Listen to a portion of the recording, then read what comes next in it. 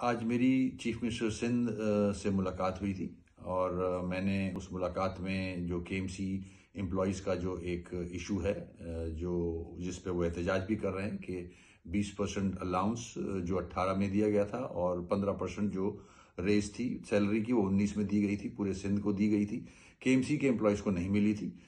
یہ میں نے ان کے سامنے رکھا، انہوں نے اپروو کیا اس کو اور ناصر شاہ کو کہا ہے جو کہ منسٹر ہیں لوکل گورنمنٹ کے کہ سیکٹری سے جلد سمری موو کرائیں اور میرے پاس بھیجیں اپروول کے لیے۔ وربلی انہوں نے مجھ سے وعدہ کر لیا ہے کہ میں اپروو کرتا ہوں اس بات کو اور سمری جیسی آئے گی میں اس کو اپروو کروں گا۔